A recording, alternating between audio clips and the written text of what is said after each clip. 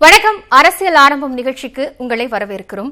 பொருளாதாரத்தில் பின்தங்கிய உயர்சாதியினருக்கான 10% இடஒதுக்கீட்டு மசோதா நாடாளுமன்றத்தின் இரு அவைகளிலும் நிறைவேற்றப்பட்டு குடியரசுத் தலைவரின் ஒப்புதல் பெறப்பட்டிருக்கிறது. இந்த நேரத்தில் திமுக இதை எதிர்த்து தமிழகத்தில் சென்னை உயர்நீதிமன்றத்தில் வழக்கு தொடுத்திருக்கிறது. அரசியலமைப்பு சட்டத்திற்கு எதிரான ஒரு போக்கு என்ற ஒரு கருத்தை முன்வைத்து இந்த வழக்கு தொடுக்கப்பட்டிருக்கிறது. ஆனால் இது யாருக்கு சாதகமானது, ஏன் இதை கொண்டு வர வேண்டும் என்பது போன்ற பல கேள்விகளை தாண்டி வழக்கு தொடுக்கப்பட்டிருப்பது எப்படி அடுத்த கட்டமாக நகர்வும், சட்ட ரீதியாக இதில் இருக்கக்கூடிய நடைமுறைகள் என்னென்ன, இப்படி போன்ற பல்வேறு விஷயங்கள் குறித்துதான் இன்றைய அரசியல் ஆரம்பம் நிகழ்ச்சியில் விவாதிக்க இருக்கிறோம். விவாதத்தில் நம்மோடு பங்கெடுப்பதற்காக வழக்கறிஞரும் இந்த இடஒதுக்கீட்டு சம்பந்தமாக தன்னுடைய ஆதரவு நிலைப்பாட்டை தொடர்ந்து தெரிவித்து வருவதுமான திரு ராமசுப்ரமணியன் அரங்கிற்கு வந்திருக்கிறார். வணக்கம். வணக்கம். முதன்மையா உங்ககிட்ட வைக்க வேண்டிய கேள்வி, இடஒதுக்கீடு உயர்சாதியினருக்கு இந்த 10% அப்படிங்கிறது பல தரப்பிலிருந்தும் எதிர்ப்புகள் இருக்கு. இதை நீங்க ஆதரிக்கக்கூடிய உங்களோட நிலைப்பாட்டிற்கு என்ன காரணம்?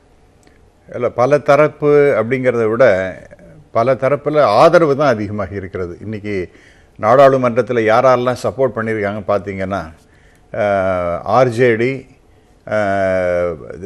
திமுக, மற்றவை இவைகளை தவிர மற்ற கிட்டத்தட்ட எல்லா கட்சிகளும் இதற்கு ஓட்டு, சிபிஐ தவிர மற்ற எல்லாருமே தொடர்ந்து ஓட்டு தான் போட்டிருக்காங்க. அதிமுக கூட வெளிநடப்பு தான் பண்ண, அவங்க ஓட்டு போடலை, எகென்ஸ்டாக ஓட்டு போட்டாங்க. அவங்க ஏதோ சொன்னாங்க, ப்ரொட்டஸ்ட் பண்ணியிருந்தாங்க, பட் வெளிநடப்பு செஞ்சுட்டாங்க. அதனால் இது இந்திய அளவிலேயே மிகப்பெரிய அளவிற்கு வரவேற்பு தான் இருக்கின்றது. இன்னும் சொல்லப்போனால் ஆர்ஜேடி அவர் சொல்கிறார், நாங்கள் இதுக்கு எதிர்ப்புன்னு கிடையாது, எங்களுடைய அதனால் நாங்கள் முற்போக்கு அல்லது அதர் கம்யூனிட்டிஸ் ரிசர்வ்டு இல்லாத மற்றவங்களுக்கு நாங்கள் எதிராக இல்லை அப்படிங்கிற மாதிரி கருத்தையும் பதிவு செய்கிறார். ஆகவே அந்த விதத்தில் பார்க்கும்பொழுது இது இந்திய அளவிலேயே மிக பரவலாக ஒரு ஆதரவு பெற்ற ஒரு சட்டமாகத்தான் நான் பார்க்கின்றேன்.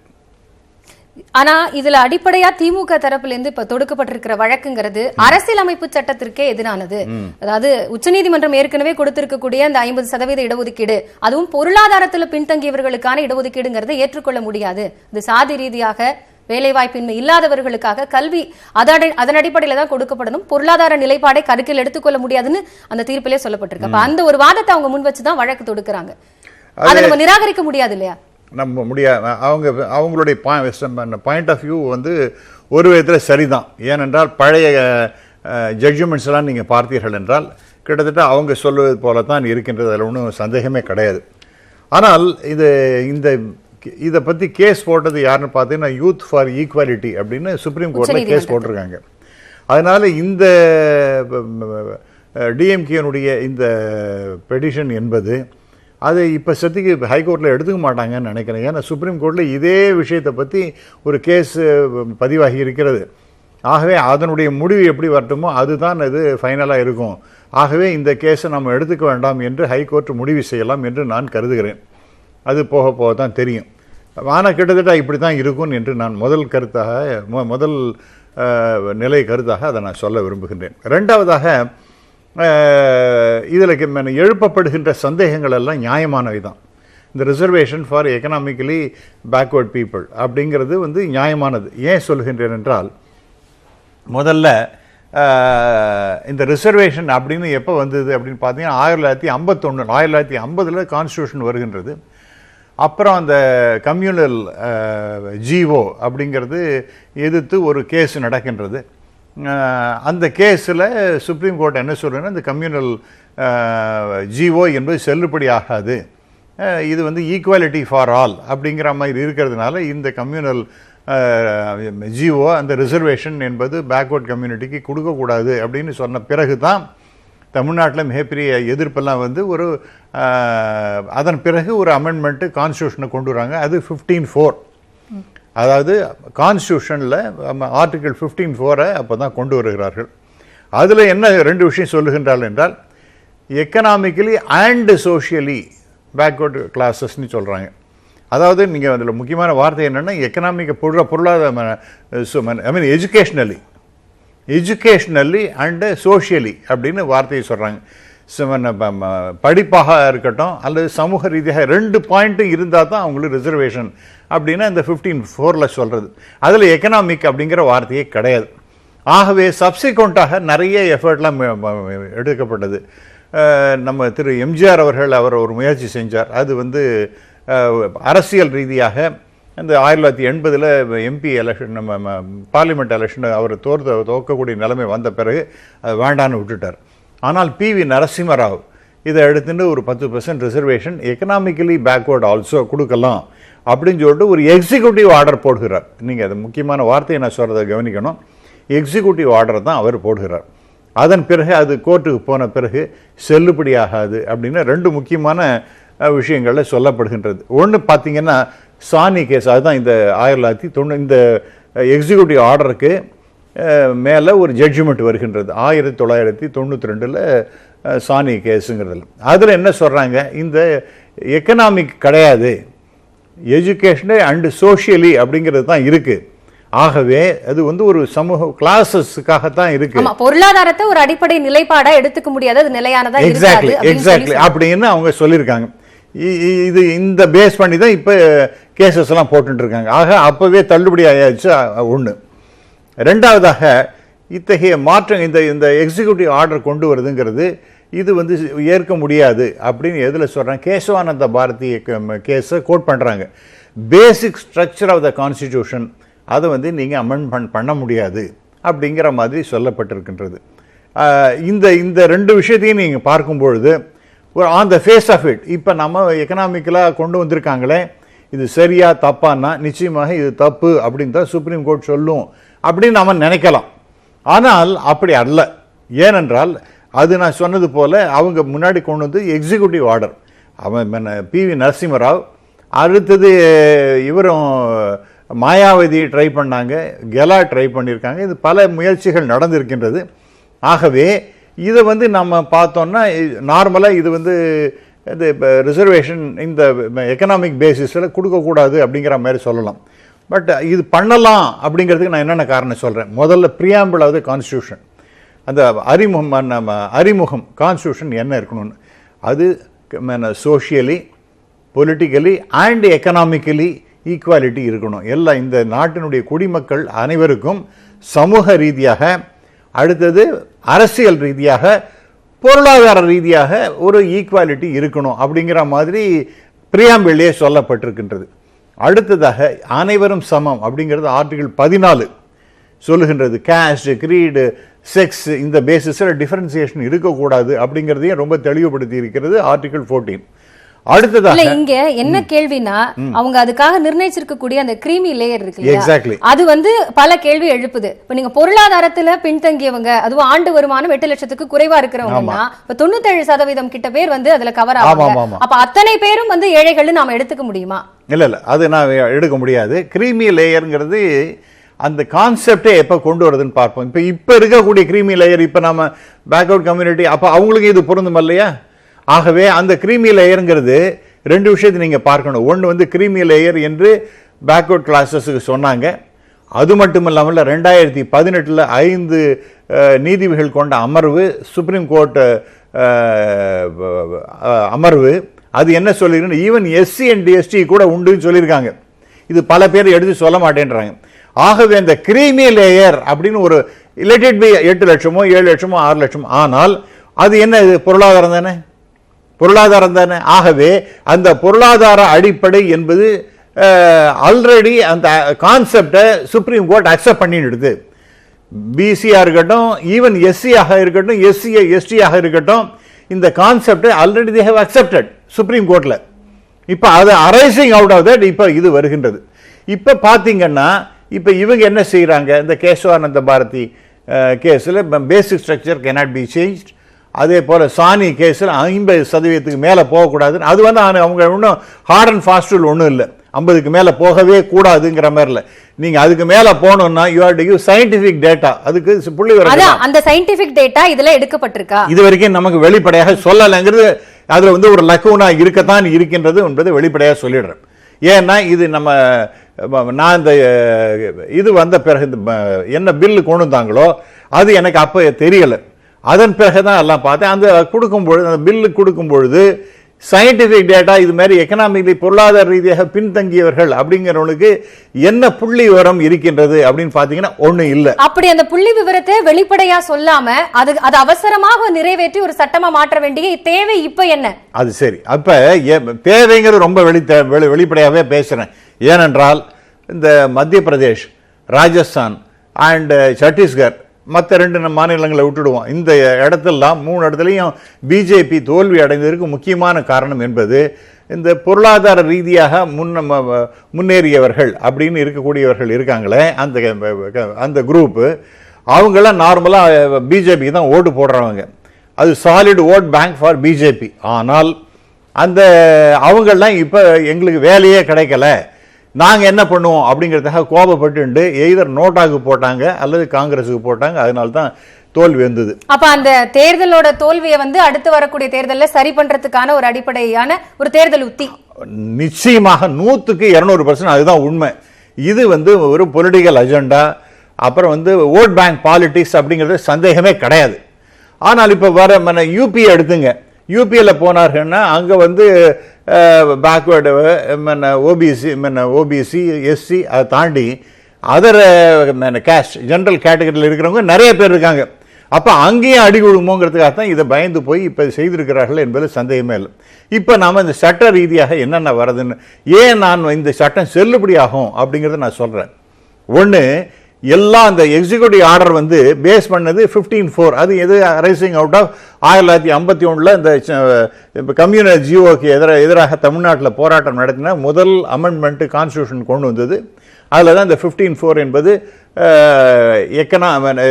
எஜுகேஷனலி அண்ட் சோஷியலி அப்படின்னு பேக்வேர்ட் அப்படிங்கிற கிளாஸஸ் அப்படிங்கிற மாதிரி போட்டிருக்காங்க. இதை தான் எடுத்து சொல்லிட்டு இருக்காங்க. ஆனால் ஏன் இது செல்லுபடி ஆகும் அப்படின்னு சொன்னால், முன்னாடி செல்லுபடியாகிறதுக்கு காரணம் என்னன்னா எக்ஸிக்யூட்டிவ் ஆர்டர். ஆனால் இப்போ என்ன பண்ணிட்டாங்கன்னா பிஜேபியை ரொம்ப இதை தெளிவாக சிந்தனை பண்ணி தான் கொண்டு வந்திருக்காங்கன்னு நான் நினைக்கிறேன். ஏனென்றால் 15(6)ன்னு ஒரு புதிய கிளாஸை ஆர்டிகல் 15ல் கொண்டு வந்திருக்காங்க. 16லையும் ஒரு 16(6) என்று கொண்டு வந்திருக்காங்க. இதில் என்ன சொல்கிறேன்னா, அதர் ஜென்ரல் கேட்டகரி அவங்களுக்கு 10% கொடுக்கலான்னு சொல்லியிருக்காங்க. ஆகவே இந்த நான் சொன்னது இந்த முன்னாடி cases basic structure of the constitution cannot be altered, அல்லது இந்த 50% இதெல்லாம் மற்றவங்களுக்கெல்லாம் ஜென்ரல் கேட்டகரி கொடுக்க முடியாதுன்னு முன்னாடி சொன்ன ஜட்ஜ்மெண்ட்ஸ் எல்லாம் அதெல்லாம் இந்த தவிடுபடி ஆகிடும் நான் நினைக்கிறேன். எக்கனாமிக்கலி கொடுக்கலாம் அப்படின்னு இந்த கிரீமியில் இருக்க 8 லட்சம்னு சுப்ரீம் கோர்ட்டு பேக்வர்ட் கம்யூனிட்டிக்கு சொல்லிட்டாங்க. இப்போ எஸ்சி அண்ட் எஸ்டிக்கு 2018 செப்டம்பரில் கொடுத்த ஜட்ஜ்மெண்ட்டில் அந்த creamy layer will apply to SC எஸ்டிங்கிறது கொண்டு வரப்பட்டிருக்கின்றது. ஆகவே இதில் ஒரு விதமான பிரச்சனையும் கிடையாது அப்படிங்கிற மாதிரி தான். அதனால economic criteria it has been accepted. ஏதோ ஒரு விதத்தில் சுப்ரீம் கோர்ட் அக்செப்ட் பண்ணாச்சு. திமுக தொடுத்திருக்கக்கூடிய இந்த வழக்குங்கிறது அடிப்படையா நிக்காது அப்படின்னு சொல்ல வரீங்களா? நிக்காதுன்னு நான் சொல்ல வரல. அதாவது இப்ப இவங்க ஃபைல் பண்ணிருக்காங்க இந்த கேஸுக்கு, இந்த இங்க ஹைகோர்ட்ல எடுத்துக்க மாட்டாங்கன்னு நான் நினைக்கிறேன். இது வெயிட் பண்ணுங்க. ஏன்னா இதே பாயிண்ட்டையே சுப்ரீம் கோர்ட்ல யூத் ஃபார் ஈக்குவாலிட்டி அப்படிங்கிற மாதிரி சொல்லப்பட்டிருக்கின்றது. அவங்க கேஸ் போட்டுருக்காங்க. ஆகவே அது வரட்டும், அந்த ஜட்ஜ்மெண்ட் வரட்டும், அதற்கு பிறகு பார்த்துக்கலான்னு முடிவெடுப்பார்கள் என்று நான் கருதுகிறேன். அதனால இப்ப இங்க ஒன்றும் பெருசா ஆக்டிவிட்டி இருக்காது. இது இப்ப டிஎம்கே பண்றதும் நாங்க சமூக நீதிக்கு சப்போர்ட்டாக இருக்கிறோம் வெளியில பொலிட்டிக்கல் ரீசனுக்காக இவங்க காமிக்கிறதுக்காக இங்க சொல்லிட முடியாதுல. தமிழகத்துல நிறைய சமூக நீதிக்கான போராட்டங்கள் நடந்திருக்கு. அப்ப அந்த வகையில அவங்க ஒரு அரசியலமைப்பு சட்டத்துக்கு எதிராக இந்த அம்சம் இருக்கு, இதனால பாதிப்பு தான் இருக்கும் அப்படிங்கிற ஒரு பாயிண்ட் அவங்க வைக்கும் போது ஆல்ரெடி நான் என்ன சொல்றேன்னா, உங்களுக்கு அந்த யூத் ஃபார் ஈக்குவாலிட்டி அப்படிங்கிற ஆர்கனைசேஷன் போட்டாச்சே. அப்ப இது இப்ப திராவிட முன்னேற்ற கழகம் இப்படி எடுத்துன்னு போச்சுன்னா அப்ப ஜெனரல் கேட்டகரியில் இருக்கிறவங்க 79 பேர் இருக்காங்கம்மா. இன்னும் தவறான புள்ளி விஷயங்கள்லாம் சொல்றேன். இன்னும் பிராமின் அப்படி கிடையாது. 79 பேர். யாருன்னா ஆதிசைவர், ஆற்காட்டு முதலியார், ஆரியர், அரியூர் செட்டியார், அது மாதிரி நிறைய நகரத்தார், அது மாதிரி ஏராளமா இருக்கு. சோழபுரம் செட்டியார், தேவதிகர் அப்படின்னு சொல்லி எழுத்தச்சர், ஞானியர், ஜைனர், கடையத்தார், ஏராளமா அந்த பாட்டு 79 பேர் இருக்காங்க. ஆகவே அவர்களை ஆன்டகனைஸ் பண்ணுகிறார்களோ, ஏன்னா நீங்க ஒரு குறிப்பிட்ட அவங்களுக்கு கொடுத்தது தப்புன்னு நான் சொல்லவே இல்லை. அவங்களையும் தூக்கி தான் விடணும். அதே சமயத்தில் ஏழ்மையான இருக்கக்கூடிய மற்ற சமூகத்தினருக்கு நீங்க கை தூக்கி விடுவது கடமை. 79 பேரோட நலன் மட்டும்தான் கருத்தில் கொல்லப்பட்டிருக்கு அப்படின்னு எடுத்துக்கலாமா? இல்ல 79 நீங்க தான் ஆல்ரெடி மற்றவங்களை எல்லாம் கொடுத்தாச்சே. எஸ்சி கொடுத்தீங்க, எஸ்டி கொடுத்துட்டீங்க, பேக்வர்ட் கம்யூனிட்டி, மோஸ்ட் பேக்வர்ட் கம்யூனிட்டிங்கிறது யார் கொண்டு வந்தாங்க? டாக்டர் ராமதாஸ் சொல்லி இப்படி தான் அது அந்த ஒரு கிளாஸும் கொண்டு வந்தாங்க. அப்போ 50 தான் உங்களுக்கு, அப்படி பார்த்தீங்கன்னா கூட 50 தான் மேக்சிமம். அவங்களுடைய சாணி கேஸ் படி 50க்கு மேலே போகக்கூடாது. இப்போ தமிழ்நாட்டில் 69ன்னு இருக்கு.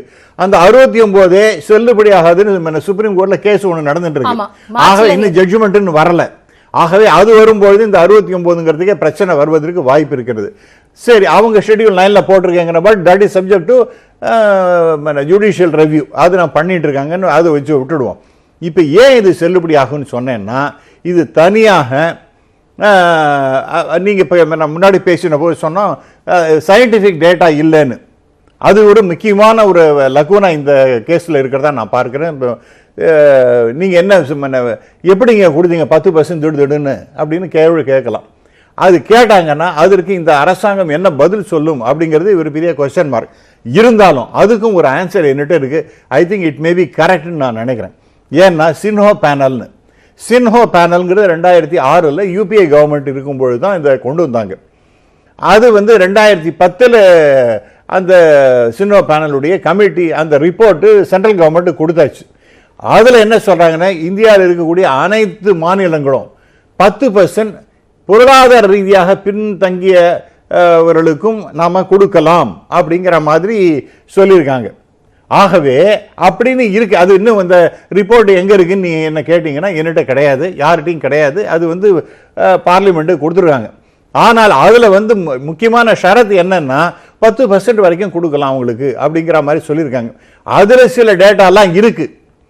அந்த டேட்டால நமக்கு புள்ளி விவரங்கள் நமக்கு நான் சயின்டிஃபிக் டேட்டா நான் சொன்னேன் இல்லையா. ஆகவே அந்த புள்ளி விவரங்கள்லாம் அரசாங்கத்திடம் இருக்கு. இப்போ கேஸ் இந்த சுப்ரீம் கோர்ட்டில் வரும்பொழுது நாங்கள் ஏதோ நாங்களா ஒரு கற்பனையில் ஒரு 10% நாங்கள் சொல்லவே இல்லை. மாறாக இந்த சின்ஹோ பேனல் அவங்களே சில புள்ளி விவரங்கள்லாம் கொடுத்துருவாங்க. இது அஃபிஷியல், இது நாடாளுமன்றம் தான், நம்ம அரசுக்கு தான் கொடுக்கப்பட்டிருக்கிறது. ஆகவே இதை நாடாளுமன்றத்தில் நான் வைக்கலைன்னா கூட நாங்கள் இப்போ வைக்கிறதுக்கு தயாராக இருக்கோம். பட் இந்த புள்ளி விவரங்கள்லாம் எங்கள்கிட்ட இருக்கு. நாங்கள் பண்ணினது எந்த விதத்திலும் தவறு இல்லை என்று இந்த சின்ஹோ பேனலுடைய ரிப்போர்ட்டையும் சுப்ரீம் கோர்ட்ல ஜஸ்டிஃபை பண்றது கொடுத்தாங்கன்னா ஐ திங்க் இது உச்ச நீதிமன்றத்தில் ஏற்கனவே குறிப்பிடப்பட்டிருந்த தீர்ப்புல 50% மேல இடஒதுக்கீடு கொடுக்க கூடாது. இல்ல நான் அதுதான் நான் உங்களுக்கு சொன்னேன். இல்ல நான் அதுக்கு தான் நான் சொன்னேன், ஹார்ட் அண்ட் ஃபாஸ்ட் ரூல் கிடையாது. 50க்கு மேல நீங்க பண்ணணும்னா அதுக்கு சயின்டிபிக் டேட்டா ஏன் அதிகமாக கொடுக்கணும் அப்படிங்கிறதுக்கு நீங்க டேட்டா கொடுக்கணும். தமிழகத்துல ஏற்கனவே 69% இடஒதுக்கீடு நடைமுறையில் இருக்கு. இப்ப இந்த 10% அப்படிங்கிறது எந்த மாதிரியான ஒரு தாக்கத்தை ஏற்படுத்தும்? யாருக்கு சாதகமான ஒரு போக்கு? இப்ப 79 நான் இன்னொன்னு ஃப்ராங்காக பேசுறேன். இது என்ன ஆகும்? இந்த 10% கொடுக்குறாங்க அப்படின்னா ஒரு ஸ்டேட்டும் இப்ப ஆரம்பிப்பாங்க, நாங்களும் கொடுக்குறோம் அந்த பேக்வர்ட் கம்யூனிட்டிக்கு, அவங்களுக்கும் நாங்கள் அதிகமாக்குறோம், இந்த 10% கொடுக்குறோம். இப்போ என்ன இந்த 10% கிட்டத்தட்ட புதுசு உத்தரப்பிரதேச நேற்று வந்தாச்சு, குஜராத்தில் வந்தாச்சு, இது ஜார்க்கண்டில் வந்தாச்சு. இப்போ இப்படிலாம் வந்து கொண்டு இருக்கும் பொழுது இது இப்போ ஆல்ரெடி 50 + 10 60ன்னு ஆயிடுது. அப்புறம் மற்றவங்களாம் கேட்குறாங்கன்னு சொன்னால் தமிழ்நாடு போன்றவர்கள் பீகாரில் கேட்கலாம், மற்ற இடங்களையும் கேட்கலாம். இது பண்டோராஸ் பாக்ஸ் ஓப்பன் ஆகும். இதை பெரிய அளவுக்கு அதிகமாக ஆகுவதற்கு வாய்ப்பு இருக்கின்றது என்பது நிச்சயம். இருந்தாலும் கூட அந்த 10%ங்கிறது பொருளாதார ரீதியாக கொடுக்கணும் அப்படிங்கிறதுக்கு ஜஸ்டிஃபிகேஷன் 3 சொன்னேன் நான் உங்களுக்கு. ஒன்று பிரியாம்பிளில் சொல்கிறது, கான்ஸ்டியூஷன் ஆரம்பிக்கிறது, அது economically also people should not be discriminated, அவங்களுக்கு உண்டு அப்படிங்கிறது சொல்கிறது. ரெண்டாவதாக 15(4)க்கு ஒரு எக்ஸிக்யூட்டிவ் ஆர்டர் பேஸ் பண்ணி தான் இப்போ அதுக்கு மேலே கொடுக்கலாம் அப்படிங்கிற மாதிரி சொன்னாங்க. அது செல்லுபடி ஆகாது. எக்கனாமிக்கலி பேக்வர்டுங்கிற பாயிண்ட நம்ம ஏத்துக்கிட்டாலுமே அவங்க நிர்ணயிக்கிற அந்த வரம்பு தான் அடிப்படையான கேள்வியை திரும்ப திரும்ப எழுப்பிக்கிட்டே. நான் தான் அதுக்கு நான் ஒரு சொன்னேன், அது ஒரு பெரிய क्वेश्चन மார்க் தான். அதை எப்படி கடந்து அதைத்தான் நான் சொன்னேன். இப்ப இந்த சின்ஹோ பேனல் நான் சொன்னேன் இல்லையா, அவங்க அந்த ஒரு 4 வருஷம் அவங்க ஸ்டடி பண்ணியிருக்காங்க. அது 2010 தான் அது அந்த புள்ளி விவரங்கள் கொடுக்கப்பட்டிருக்கின்றன. அது அரசாங்கத்திடம் இருக்கு. இந்த கேஸ் நாளைக்கு டெஸ்ட் பண்ணும்பொழுது கோர்ட்ல அவங்க என்ன சொல்லுவாங்க, இதோ பாருங்க, நாங்களா ஏதோ ஒரு கற்பனையில் ஒன்றும் சொல்லலை, இந்த சின்ஹோ பேனலுடைய ரிப்போர்ட் இருக்கு, அதில் இவ்வளவு புள்ளி விவரங்கள்லாம் இருக்குது. அதை பேஸ் பண்ணி எக்கனாமிக்கலி 10% பேக்வேர்டாக இருக்கக்கூடிய ஜென்ரல் கேட்டகரி பீப்புளுக்கு 10% கொடுக்கலாம் அப்படிங்கிறது இந்த புள்ளி விவரம் இருக்குது அப்படின்னு சொல்லிட்டு பேசுவதற்கு நிறைய வாய்ப்புகள் இருக்குன்னு அதை அக்செப்ட் பண்ணிக்கிறதுக்கும் வாய்ப்பு நிறைய இருக்குன்னு நினைக்கிறேன். இப்போ தமிழகத்துல ஒரு திமுக தரப்புல இருந்து எதிர்ப்பு சொல்லப்பட்டிருக்கு, மற்ற மாநிலங்கள்ல இல்ல அப்படின்னாலும் இந்த இந்த இந்த ஒரு இடஒதுக்கீடு விஷயம் அப்படிங்கிறது தமிழகத்துக்கு எந்த அளவுக்கு சாதகமா இருக்குங்கிற கேள்வியில இருந்து கூட நம்ம இதை அடிப்படையா புரிஞ்சுக்கலாம். இப்ப அவங்க எதிர்க்கிறது அப்படிங்கிறது ஒரு வழக்கு தொடுக்கிறதுங்கிறது இதுல இருக்கக்கூடிய பிரச்சனைகளை முன் வச்சுதான் அவங்க வழக்குன்னு சொல்றாங்க. நம்ம ஏற்கனவே பேசின மாதிரி இதுக்கான ஒரு சயின்டிபிக்கல் டேட்டா இல்ல, ஆய்வு நடத்தப்படல, நாடாளுமன்ற நிலைக்குழுவுக்கு அனுப்பப்படல, இப்படியான பல விஷயங்கள்ல அவசரமா ஒரு தேர்தல் நெருங்குற நேரத்தில் இதை அமல்படுத்துறது அப்படிங்கிறது நியாயமானதாக இல்ல. அடிப்படையா இது இந்த சட்டத்தில் அரசியலமைப்பு சட்டத்துக்கே ஒரு எதிரான ஒரு போக்கு தான் இது உருவாக்கும்னு சொல்றாங்க. இல்ல நான் தான் முன்னாடி அதெல்லாம் நான் லீகலா நான் சொல்லிட்டேன்னா எதிராகவே கிடையாது. ஆனா தமிழகத்தை பொறுத்த வரைக்கும் இங்கே திராவிட முன்னேற்ற கழகமாக இருக்கட்டும், மற்ற அதிமுகவாக இருக்கட்டும், அவங்களுடைய நிலைப்பாடு என்பது எப்போவுமே தெளிவு. அவங்க இந்த சமூக நீதி அப்படிங்கிற அடிப்படையில் பேக்வர்ட் கம்யூனிட்டிக்கும் எஸ்சி எஸ்டி இவங்களுக்கெல்லாம் கொடுக்கணும் அப்படிங்கிற மாதிரி சொல்கிறாங்க. ஆனால் மற்றவங்களை நீங்கள் தூக்கி விட வேண்டியது என்பது அரசின் கடமை. இதுதான் பிரியாம்பிள்லையும் சொல்லப்பட்டிருக்கிறது, ஆர்டிகல் 14 சொல்லப்பட்டிருக்கின்றது. நான் 8 லட்சம் கூட பேசலாமா? நான் சாதாரண எனக்கு 8000 ரூபா சம்பளம் கிடையாது, 8000 கூட வருமானம் கிடையாது, 7000 வருமானம், 3000 கூட வருமானம் கிடையாது. அப்போ நான் கடையனிலும் கடை தேற்றுவது என்பது அரசாங்கத்தினுடைய கடமையா இல்லையா? எனக்கு எந்த வேலையும் கிடைக்கல, வாழறதுக்கு உரிமை இல்லை, படிக்கிறதுக்கு வழி கிடையாது. எனக்கு நான் எவ்வளவு மார்க் வாங்கினாலும் எனக்கு நீங்க உள்ள கொடுக்க மாட்டேன். அதெல்லாம் எடுத்துக்கிறதுக்கு முன்னாடி இறுதியான ஒரு கேள்வி, இது இந்த சட்டம் ரத்தாகுமா இல்ல சட்டம் இது ஏற்கனவே இருக்கக்கூடிய நிறைய நமக்கு டேட்டாஸ் இருக்கக்கூடிய சட்டத்துல வச்சு நம்ம பார்க்கும் பொழுது திமுக தொடுத்திருக்கக்கூடிய இந்த வழக்கு அப்படிங்கிறது நிக்குமா நிக்காதா? இல்ல, திமுக வழக்கு பிளஸ் அந்த இது சொன்னேன் பாருங்க, யூத் ஃபார் ஈக்குவாலிட்டி, அது ரெண்டுமே ஒன்னா தான் நம்ம பார்க்கணும். அப்படி பார்த்தீங்கன்னா இந்த நிக்குமா நிக்காதான்னு சொன்னா இது கடைசியில் அரசாங்கத்துக்கு ஃபேவரபிளா தான் போகும். அப்படின்னு நிக்காதுன்னு நீங்க இன்டர்பிரேட் பண்ணிக்க வேண்டியதான். ஏன் என்று சொல்கின்றேன் என்றால், பிரியாம்பிளில் சொல்லப்பட்ட அந்த எக்கனாமிக்கலி பேக்வேர்டு, அடுத்தது இது சுப்ரீம் கோர்ட்டே அந்த கிரீமி லேயர்னு ஃபிக்ஸ் பண்ண பிறகு யாஸ்டிக் என்னன்னு பார்த்தீங்கன்னா எக்கனாமிக் பேக்வேர்ட்னஸ் அப்படிங்கிறத ஒத்துருக்காங்க. மூன்றாவதாக மத்திய அரசு கொண்டு வந்த அந்த சட்டமானது 15(6) தனியாக கொண்டு வந்துருக்காங்க. 15(4) அதை பற்றி தொடவே இல்லை. 15(6) புதுசாக கொண்டு வந்துருக்காங்க, 16(6) புதுசாக கொண்டு வந்துருக்காங்க. அதற்கு சயின்டிபிக் டேட்டா நான் சொன்னது போல அந்த அரசுக்கு சாதகமா தான் இது இருக்குன்னு சொல்ல அப்படிதான் சொல்றேன். அதுக்கு நீங்க சயின்டிபிக் டேட்டா வேணும்னு சொன்னா அதுக்கு நான் சொன்ன மாதிரி அந்த பேனலுடைய ரிப்போர்ட் இறுதி கருத்தா எடுத்துக்கிறேன். அரங்கிற்கு உங்களோட கருத்துக்களை பகிர்ந்து கொண்டமைக்காக மிக்க நன்றி. நன்றி. மீண்டும் ஒரு அரசியல் ஆரம்பம் நிகழ்ச்சியில் சந்திக்கலாம். நன்றி.